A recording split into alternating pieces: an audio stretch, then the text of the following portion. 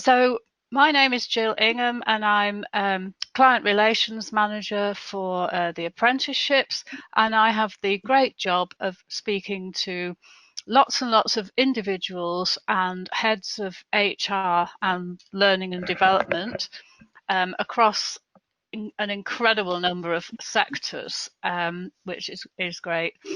And here's something to share with you that I've learned over the 6 years working in executive education and being involved with various other open programs before the apprenticeship. One, the major importance of understanding personality types and the different people that make up a team and what people excel at. And secondly, and this is a unit that's taught on the MSc and also the MBA apprenticeship, market-led strategy. I've really been able to use that in my role, external role as trustee of a local community centre. So we do find that what you learn on these programs also transfers into other areas of your life. So I'd now like to introduce Stuart Wells to tell us about himself. Thank you for that, Jill. So first of all, welcome everyone to today's webinar. My name's Stuart Wells. I'm Executive Director of Client Relations within Executive Education. I was, alongside Jill, was the champion of apprenticeships at the University of Manchester and have been involved with these programs for about 3 years now. I'm pleased to say they've been very successful, and we're delighted to be talking to you today and giving you further insights about the programs. Something I've learned from a master's program is that they can be absolutely career changing. So I undertook a master's in 2008, and the lessons I've learned from that master's I use every day. And some of the stuff that I thought I was studying at the time, I didn't think it'd be useful. One of the modules was on information systems, but within a few short years, I was tasked with implementing a brand new data management CRM system into a new company that I was running, and that learning I did on the masters was just invaluable to me. So I'm a big advocate of learning, big advocate of undertaking a professional qualification such as a masters, and especially the apprenticeship model. It's been transformational in the way people learn. Great, thank you very much, Stuart. And then over to Dr. Dane Anderton. Thank you, Jill. Hi, everyone. I'm Dane Anderton. I'm the Deputy Programme Director for the MSc Management Practice. So my involvement on the course is that I run what will help out some one of the market-led strategy units, which Jill's already mentioned. And I also lead the Integrated Development Project unit, which is kind of the major project that you will do on any kind of apprenticeship program with the Alliance Manchester Business School. I can certainly say from one of the lessons I've learned is having all that experience in the room, basically, and listening to all the different ways in which we tackle problems, the ways in which we share ideas, share solutions, and co-create those solutions as well. And that's a great learning curve for myself, because obviously, like Jill, I'm a trustee of a charity as well where I live, and the lessons and kind of cross fertilization, if you like, of all those ideas and ways of doing things is just fantastic to be in the room with. So I'll leave it there until I'm due to come back on. Thank you. Thanks very much, Stuart and Dane. We're now going to move on to the all-important topic of COVID and the situation from our point of view, which I'm sure most of you are keen to hear about. So if we could just get the COVID slide up, here we go. So obviously, the well-being of staff, clients, delegates and all students is paramount to us. Winding back to the spring, back in March when the nation went into lockdown, we closed the whole campus and the business school, and all teaching moved online, astonishingly, for such a massive organisation. But we're delighted to say that in the last few weeks we've been reopening the campus so as to give students some face-to-face experience in small groups, so not the big lecture theatres, not doing that.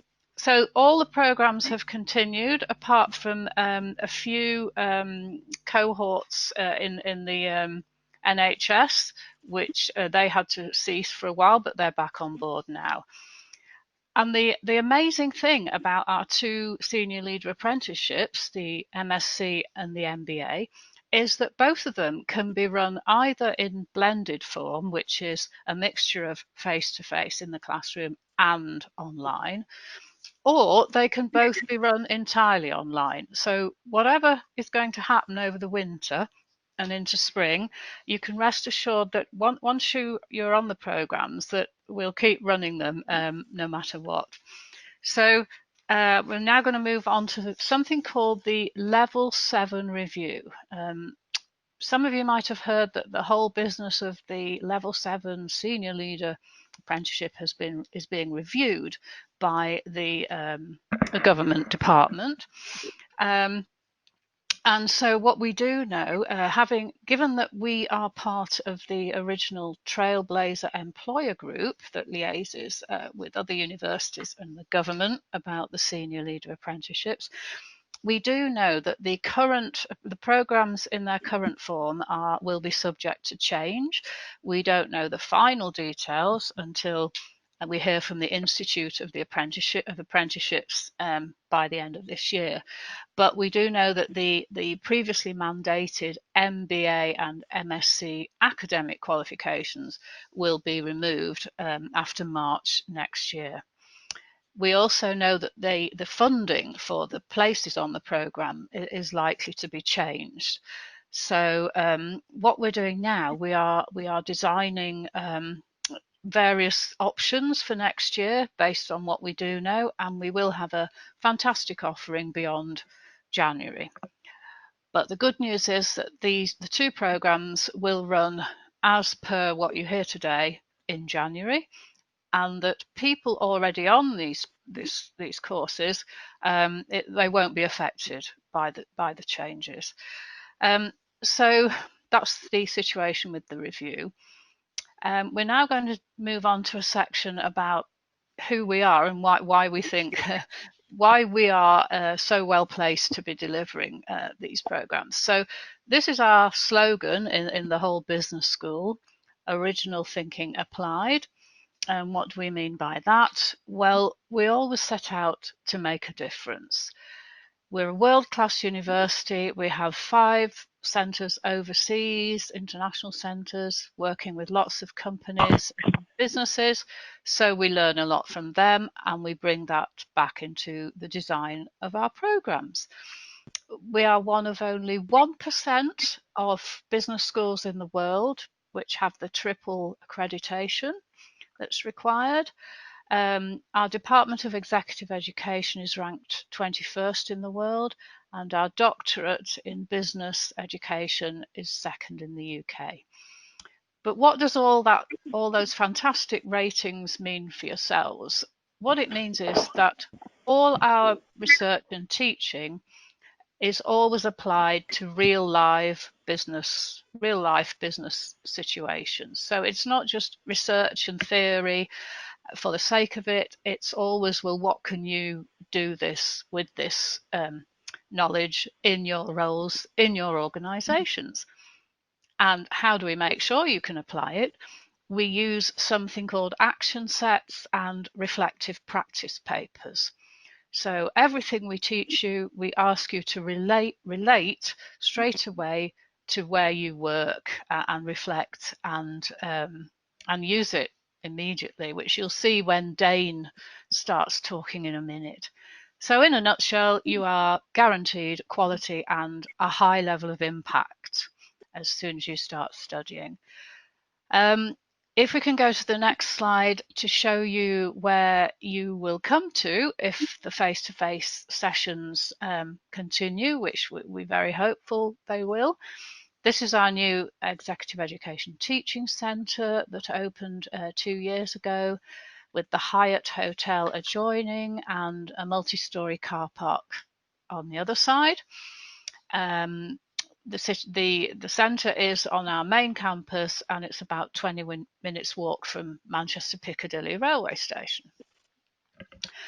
Moving on to some of the companies that have sent people on this program. So we have a fantastic mixture, as you can see, of people from so many different sectors: nuclear, manufacturing, technology, local councils, rail services, NHS, literally every sector you can think of. So the programme has widespread appeal, as you can see. Roughly 1/4 come from the public sector, healthcare, education, and so on. So this makes for a very rich learning experience.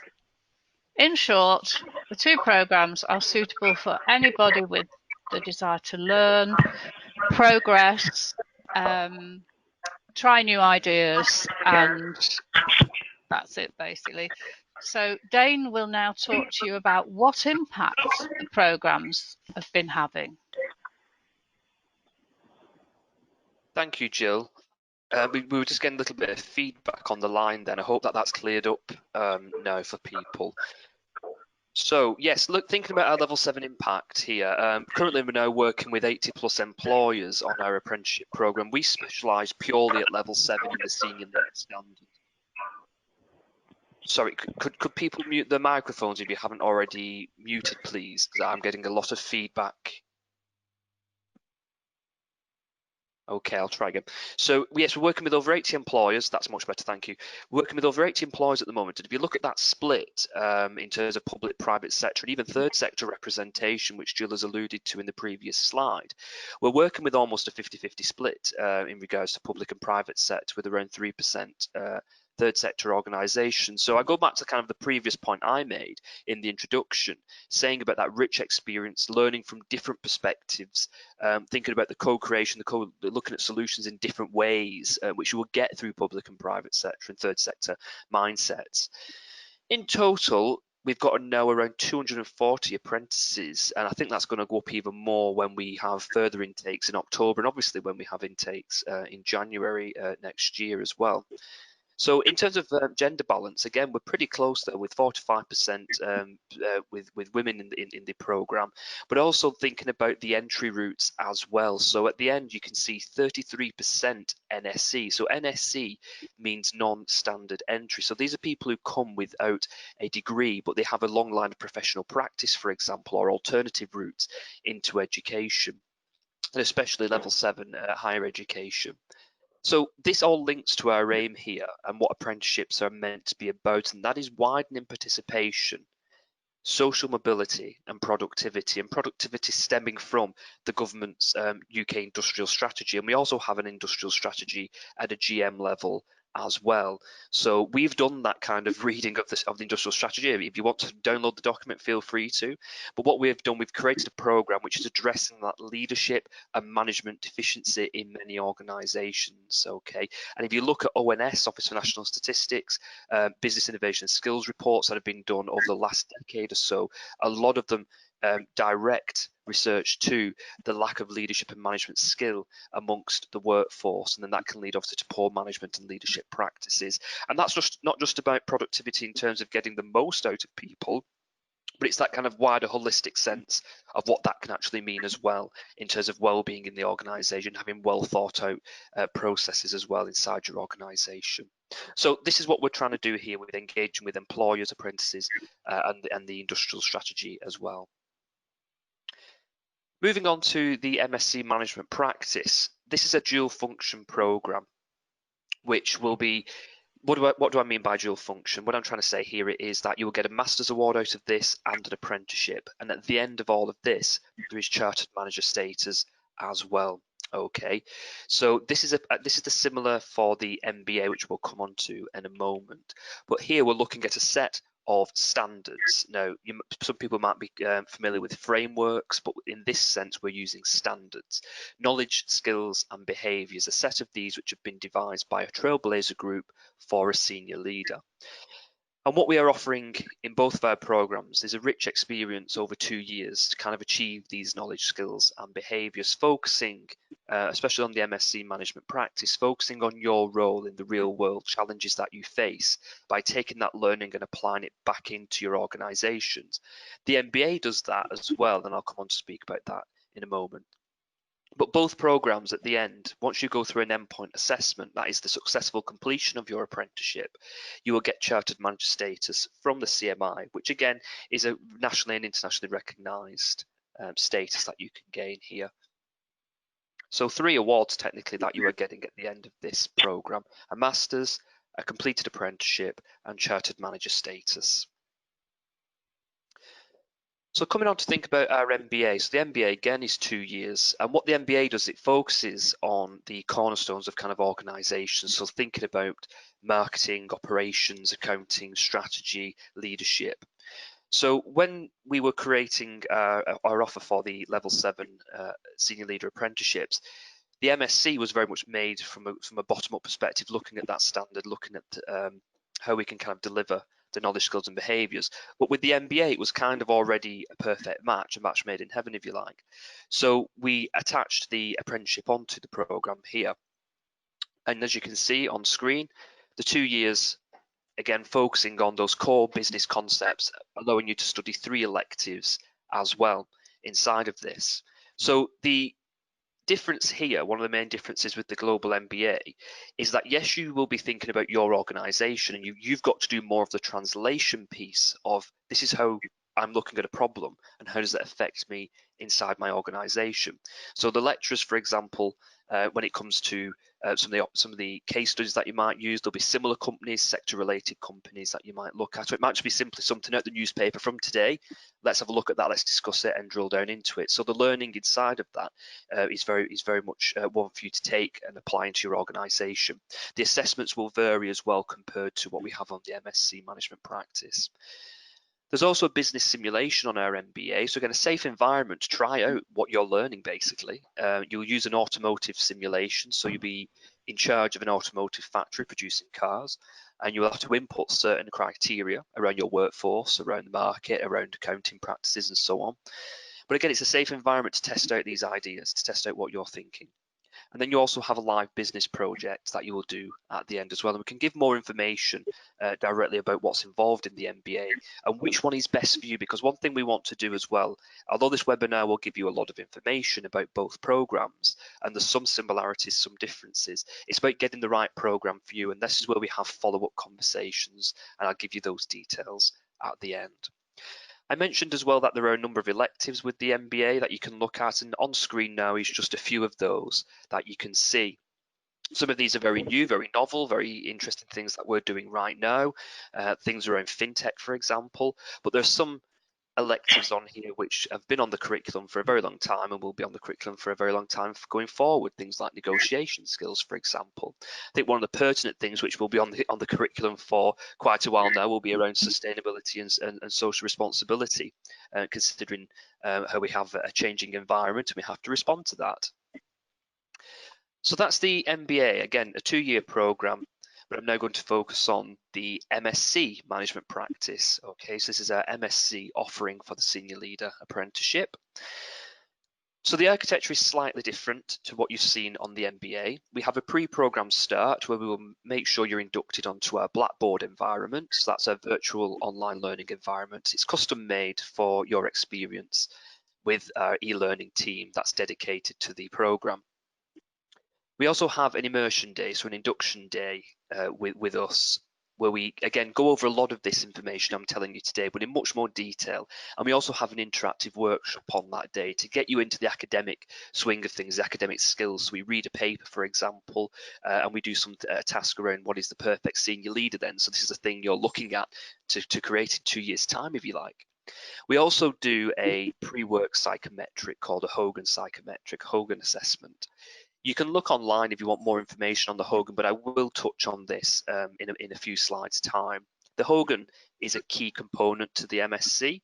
It's something that links into Unit 1 in particular, but also you get a Hogan trained coach to speak with you in your first quarterly review meeting. Again, I'll speak about what those are in a moment. So looking at the units then, each of the units are done in a linear order. So you do Unit 1 first, Unit 2, 3 and onwards. On the MBA, this is a key difference between the MSc and the MBA. The MBA, you could at some points be studying 2 units at the same time, whereas ours is, the MSc is very much a 1 unit at a time. Each unit lasts roughly around 3 months, 12 weeks. Inside that 12 weeks, you will do 3 webinars to begin with. These are online, last around 1 hour, and these will be done every other week. So that's already 6 to 7 weeks of the program. This will require you to do some study before you come to the webinars. They won't be lecture style webinars. We will deliver some content, but it's very much about that engagement and that interaction. Again, co-producing solutions, sharing problems. And then you will have a 2.5 day up to 3 day workshop with us with some online content again to get you ready for that, but then actual interactive days with us on site, hopefully in Manchester, all being well, but obviously if not, we can deliver these online. But the intention of both programs is to be face-to-face. These are factors beyond our control which have meant that we've had to go online. So you will have those workshop days with us.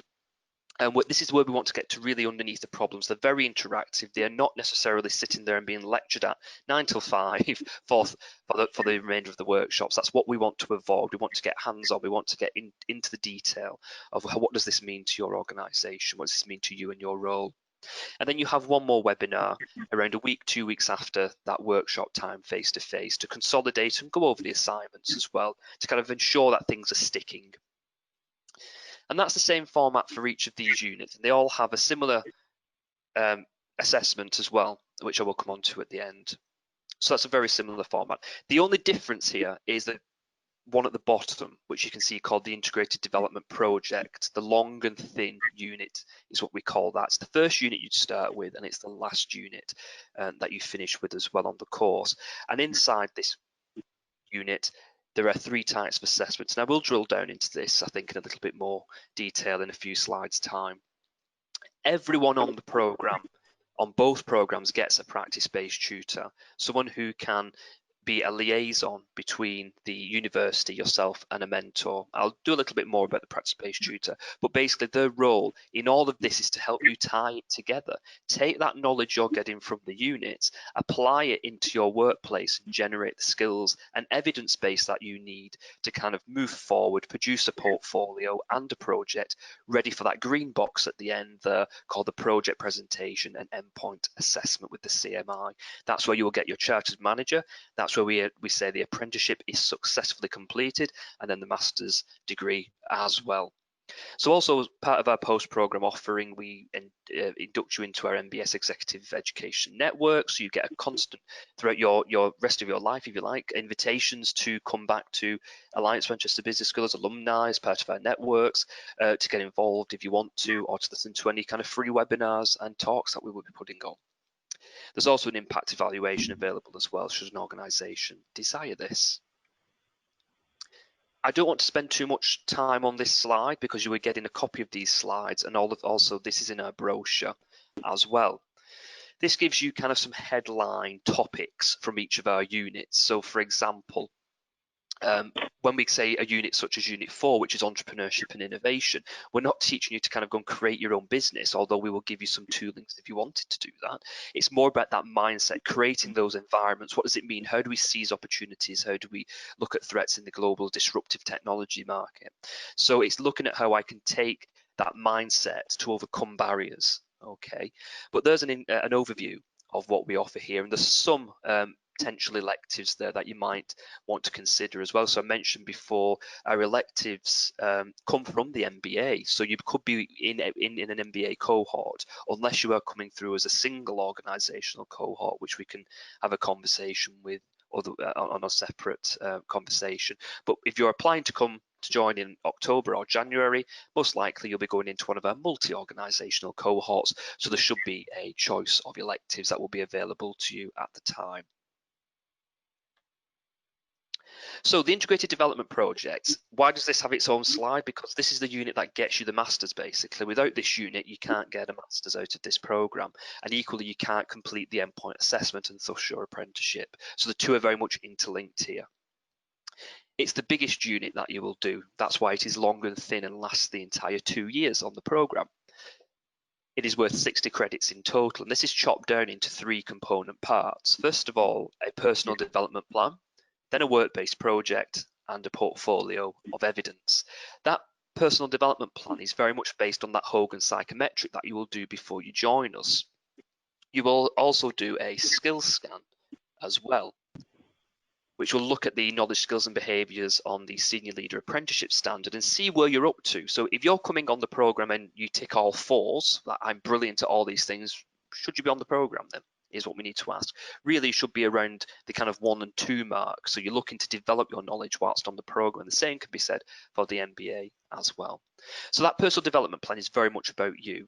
PBTs are practice-based tutors, Hogan coaches as well, certified Hogan coaches. So they help you craft that personal development plan, okay, in the first 6 months of being on our programme.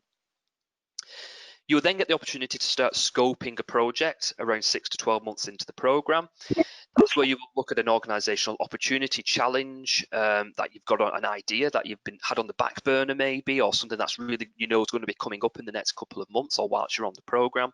And you get a chance to scope and look at some of the literature to assist you in that project. You also get a chance to revise that scoping and literature chapter as well in the final document when you enter the last 12 to 24 months of our programme. Equally, the personal development plan is also monitored and reviewed at the end. So you can say, well, I was here, I'm now here. So it gives you a clear line of sight, if you like, by the end of the programme, just to kind of put towards any continuous professional development that you have or want to do in the future as well. The portfolio of evidence is gathered across the 2 years, and this is showing that you have met the knowledge, skills and behaviours. So your unit assignments, things you're doing inside the organisation, such as setting agendas, looking at good financial hygiene, for example. There can be many things that you're probably already doing. We just need to capture it and put it in as evidence to prove that you've achieved the knowledge, skills and behaviours, or are looking to develop them, have made strides to develop them and work towards them. So all in all, a total of 24 months for this particular unit, with 2 days and several webinars incorporated into the teaching of this unit. So I've mentioned before about these challenges, opportunities in the previous slide.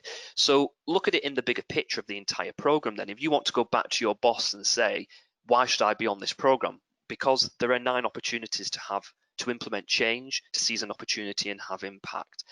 I would break this down into, say, look at the incremental changes, opportunities that you can have. These are around leadership, strategy, resource, project leadership, for example. These are the 8 units that you will do. You've also got your 2 option ones there, hence why they're left blank. But you also have that radical change or radical opportunity. That's through the major project as part of the integrated development project. So all in all, 9 opportunities that you can demonstrate you're going to change something, you're going to seize an opportunity, you're going to put an idea into practice. I also said I would touch on the Hogan psychometric. So I cannot profess to being a Hogan coach and an expert in this, but I do know because I've had one done, and also the practice-based tutors report into the unit, the IDP unit, which I also convey as well. So the inventories that we use on the Hogan psychometric are the HPI, HDS, and MVPI. So the first one, the yellow one, looks at the bright side, okay? So this is looking at you at your best, how others people perceive you inside your organization. And that's a key point to note. Why do we use Hogan? Because it's one of the only assessments that can look at you in a workplace context, okay? It's one that is also accredited by the British Psychological Association. That's why we use it. If you use other psychometrics, they're sometimes looking at you as a person, then you've got to then apply it into the workplace. And there's a whole raft of things that we can look at in terms of psychometrics. We feel this is one of the most powerful ones for what we want to do with it in terms of that personal development plan and to inform your reflective leadership in practice. So the HPI, the bright side, when things are going well, how other people see you inside your organization, it can pull out some really good traits about you. The HDS, however, is when times get really tough, really strenuous, how those bright side characteristics can quickly turn into dark side personality qualities, okay? And that's when that increased strain and disruption happens in the workplace, and that's when you can start looking at damaging your relationships if you're not aware. So we're not saying this happens all the time. This is about looking about being self-aware, looking at self, being self-aware that you can avoid these things from happening. The last inventory, the MVPI, is kind of self-explanatory. What makes you tick? It's your motives, values, and preferences inventory. Okay, but it's about looking at all three together and producing the Hogan coaching report, which is the 4th booklet that you get to kind of drill all this down, bring it all together. And you know, you ask your partner, you ask your work colleagues, is this really me? I've read this about me, and you know, it's quite accurate. I think it is anyway. From when I've asked people about my report, yep, that's you down to a T. I've also mentioned the practice-based tutor, and they are also a Hogan trained coach as well, so that's why they can help you in your first quarterly review meeting to really drill down into that personal development plan. Every student gets a practice-based tutor, and this is on both programs. The practice-based tutor is predominantly involved with quarterly review meetings to make sure that you are getting the 20% off the job in the workplace, that you are able to take the learning and apply it into the workplace. And they're a little bit of a skills coach as well. So they'll focus on those skills and behaviours element of the senior leader apprenticeship standard. They also act as your project coordinator for the integrated development project. So they make sure, are things on time? Are you okay? Do you need any academic input? If so, where can you get that from? They also verify that you are ready to enter that endpoint assessment, because they are with you. They meet with you at least 8 times a year. And you can always pick up the phone, set up a go-to-meeting webinar to speak with them in between as well. So they act as like your academic mentor as well throughout this. They're the person that you can go to with any issues as a first port of call as well. So they play a very key role in this, as does your work-based mentor. Now, we have a whole raft of resources around the work-based mentor to ensure that they know what they're committing to. It's not that much that they do need to commit to, but it's mostly being someone who is a sounding board for you, who can help point you in the right direction, who can make sure that, yes, you can access this 20%, you can go and have a shadowing opportunity and so on. But they should come to all of your quarterly review meetings and meet with the practice-based tutor and yourself to review that progress that you are making towards the senior leader standard. So if anyone wants any further detail, because you have to identify the mentor in kind of the application stage, or at least before we start the program, so we know who we're working with. If you need any further information, please get in contact with us, and we can signpost you to a webinar, and we can signpost you to a lot of documentation about the role here.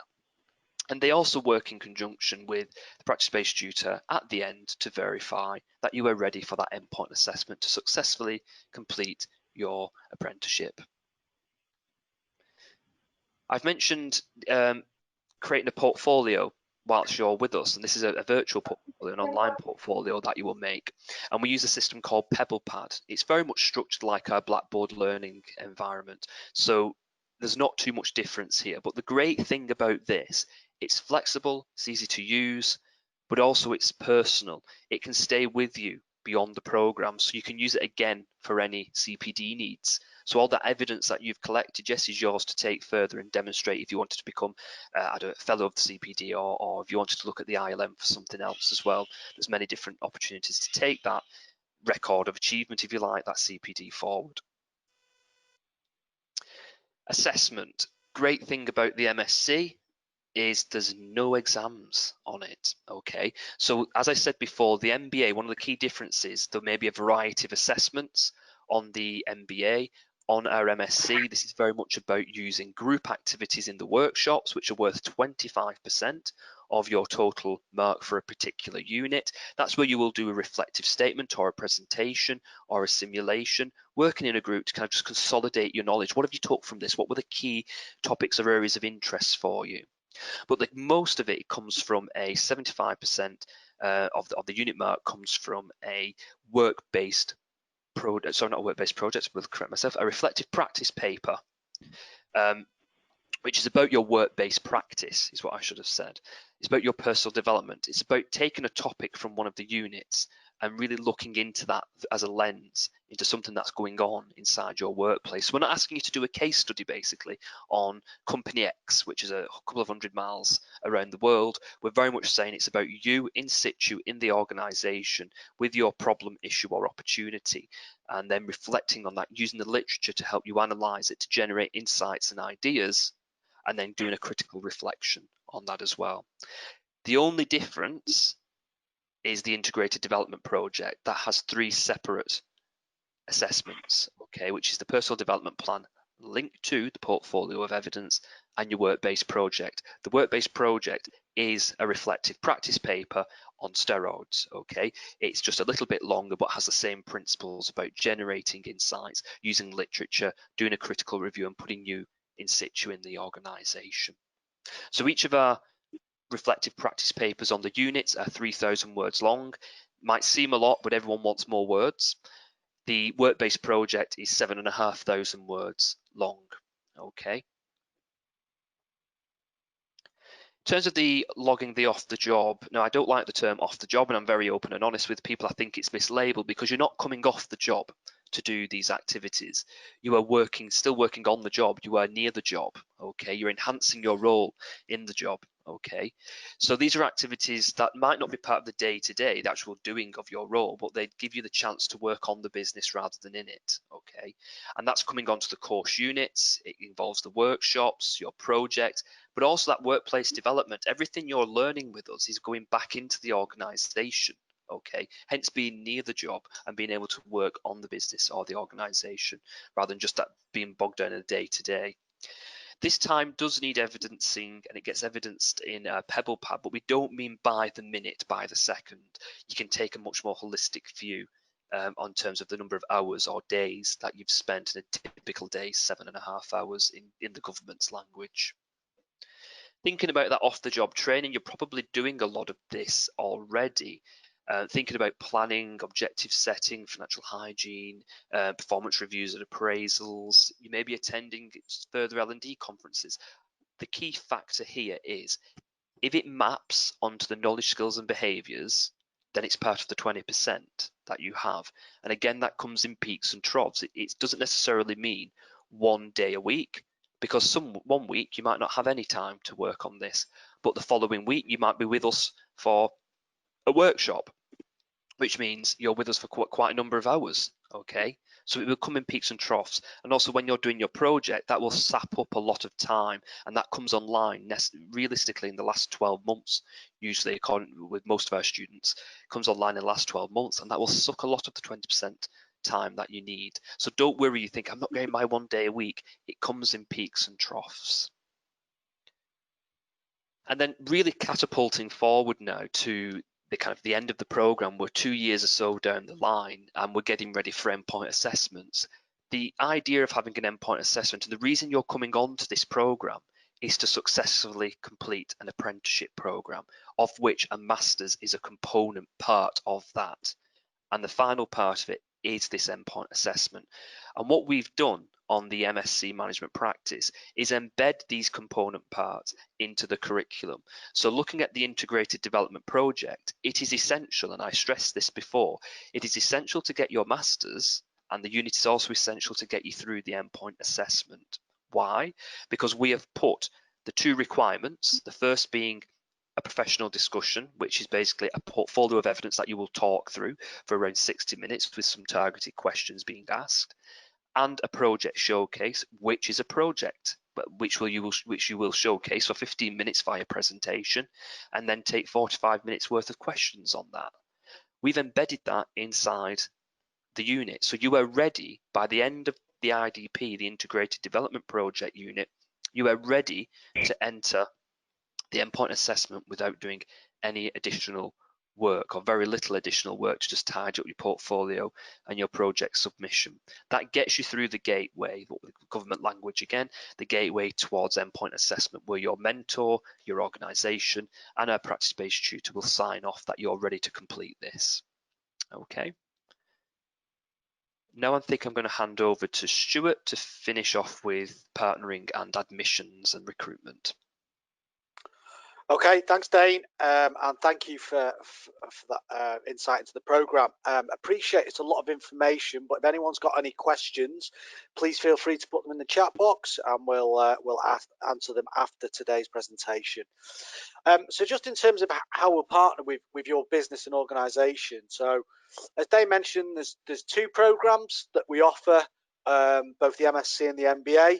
So we'll talk to your organisation, and we'll talk to you as individuals to decide which is the most appropriate programme for you.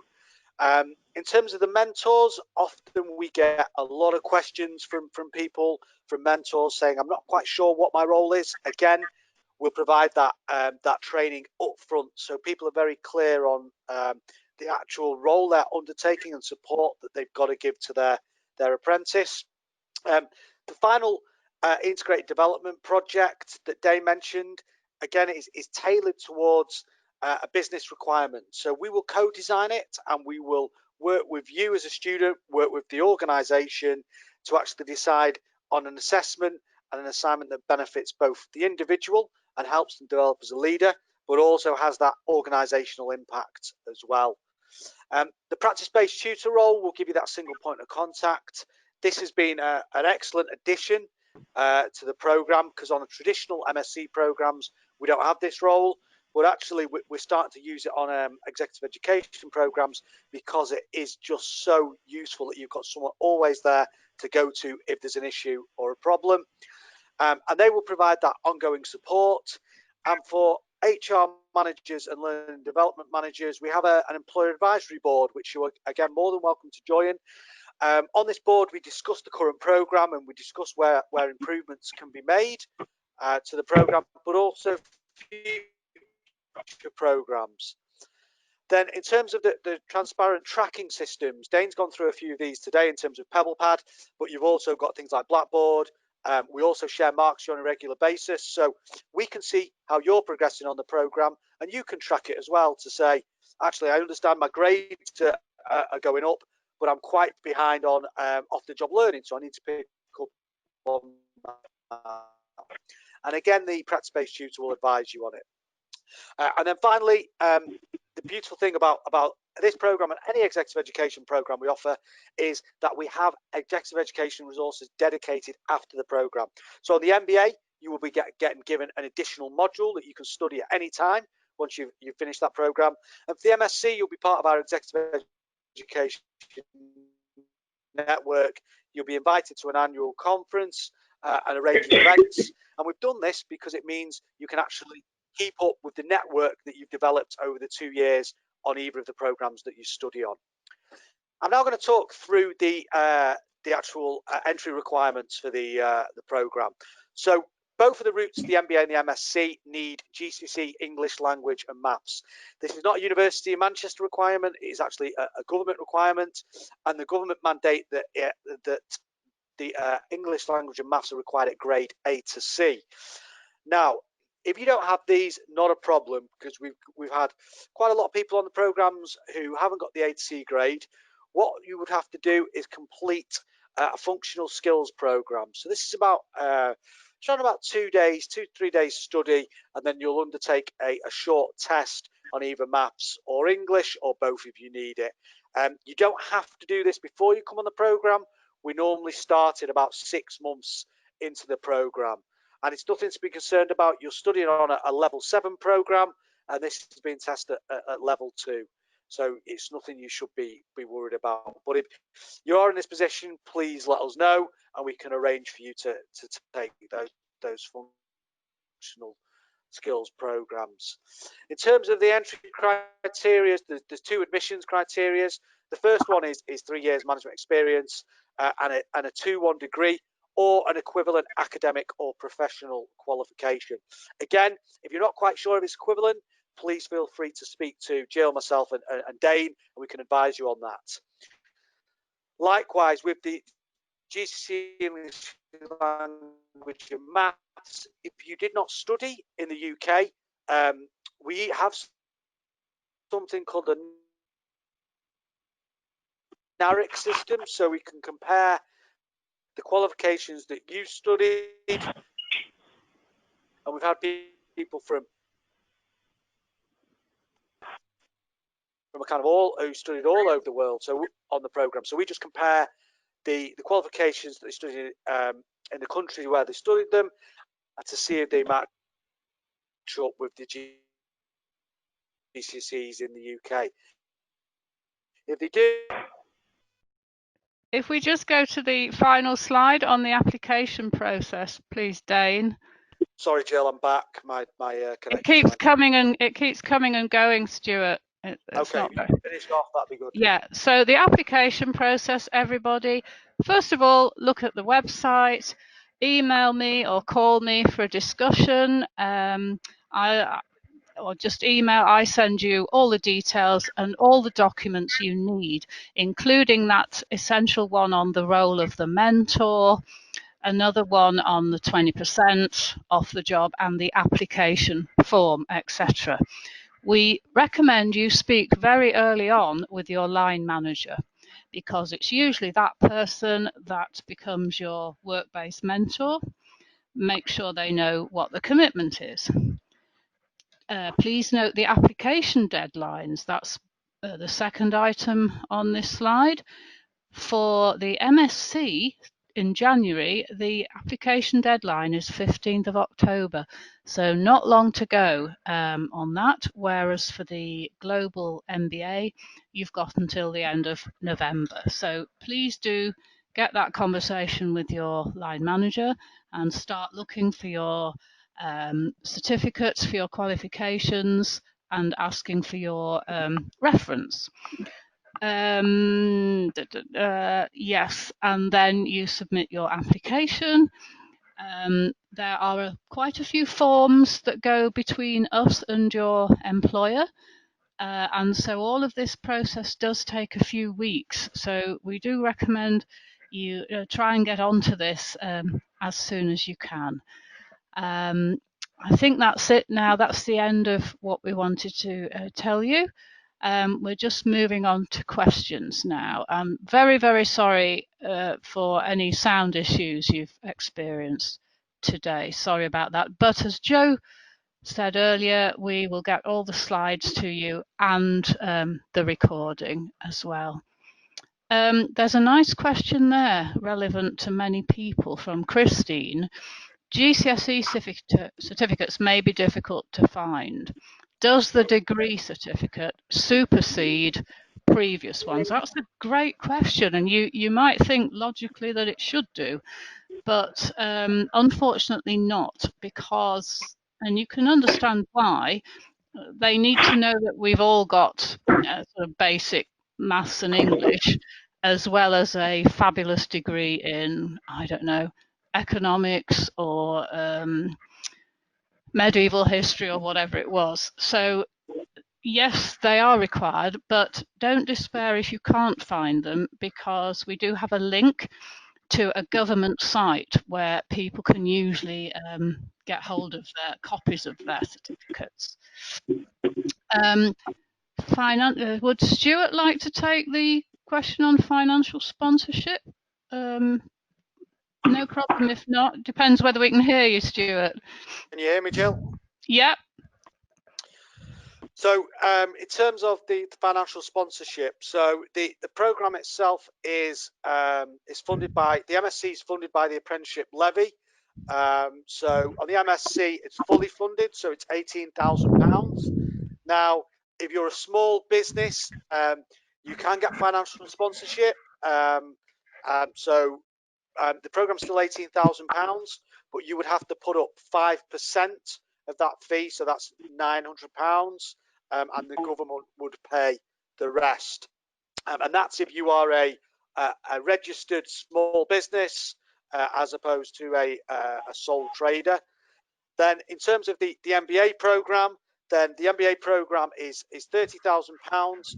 £18,000 can be used towards those fees, and we do have bursaries on that program, but it's a case of applying to the university for them. They're also dependent on your organisation, and we have a relationship with you. There is also potential discount off that fee as well. So again, if you're interested in MBA, it's well worth having a conversation with Chris Healy, who's the head of marketing and recruitment. Thank you, Stuart. Back to the question of GCSE grades A to C. Debbie's asking about CSE grade 1. I honestly can't remember what that equates to, but it should not stop you applying. We do have a whole team of people that who know about all the qualifications and can equate them across CSEs, GCSEs, and also qualifications that people got from overseas. Debbie reckons yes, it does equate to a C, so we'll verify that one way or another, Debbie. Then just a quick question about grade 5 CMI diploma. I think that's one for you, Dane, please. Yes. So yes, if you've completed any of the CMI kind of level, well, anything below level 7, then you should be okay with our program. It does kind of build on you going to a next level, if you like. We do have CMI, I think level 7 strategic leader built into the program as well, but by completing your endpoint assessment, you're working towards that through getting the masters anyway. So yes, if you've done a level 5 CMI, level 7 is building on that, so you're going a lot further.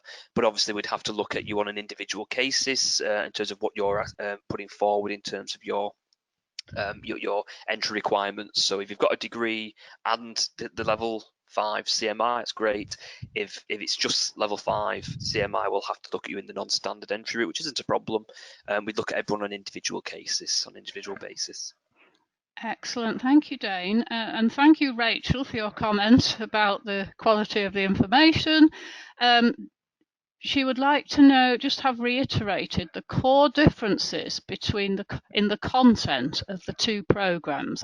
Dane, would you like to take that one? Yes, by all means as well. Support me, Stuart, on the MBA differences here, because obviously it's not a program that I've taught on as such yet. But in terms of the MSc, one of the key differences is again how it's delivered. So the MSc is very much linear in terms of you do one unit, you move on to the next.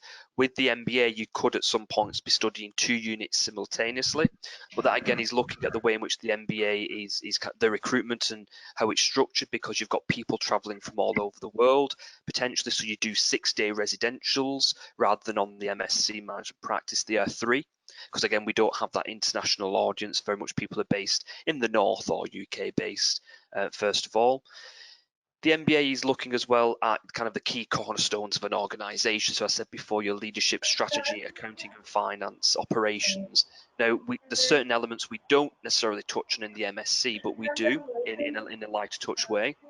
We definitely do the corner things around leadership, strategy. We don't necessarily focus a lot on operations, but we have alternatives such as strategic commercial management, which is about your stakeholder management as well, and negotiation, understanding your customer inside that as well. Both have projects on there as well. But yes, so some of the funding bands are different as well. So that's probably one key difference to point out there, that if you come on the MSc, the levy, the £18,000 fee, is fully covered with the levy. If you want to do the MBA, then just correct me if I'm wrong here, Stuart, the MBA is 30,000, so there's a top up. So the top up, so 30,000, so it'd be a 12,000 top up. Just to add, Dane, if it's okay on the differences. Yep. So the MBA is our traditional part-time MBA. It's one of the best MBAs in the world, but we've not changed this for the apprenticeship. So you will be studying with people from all over Europe, really, on a part-time basis, and it runs as that MBA would do, not in blocks of 3, but in blocks of 5, blocks of 4. It differs depending on the module, and you can actually run modules concurrently. Whereas on the MSc, it's very much, we built this from scratch for the Apprenticeship Levy, and it's designed to run in 3-day sessions, 3-day units, and you complete one unit, you go on to the next one. And also the assessments on the MBA are more group-based, where ours on the MSc are more individual-based, based on your role in the workplace. Thank you, Stuart. And Hassan is asking a very important question. Would there be any new funding opportunities once the new apprenticeship standards apply? Well, we very much hope so, and believe so. Does Stuart have any more knowledge on that, or Dane? Yeah, I can pick that one up. So thanks, Hassan. So in terms of the funding, we're expecting the funding band to be announced in December. We expect that to be lower than the current 18,000, but the programme is going to be still 2 years.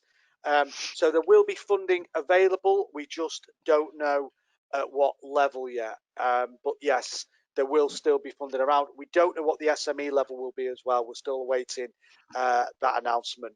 But yeah, it will still be an apprenticeship funded level 7 programme. Excellent. Thank you, Stuart. Can Stuart or Dane or Joe see any more questions that we might not have replied to?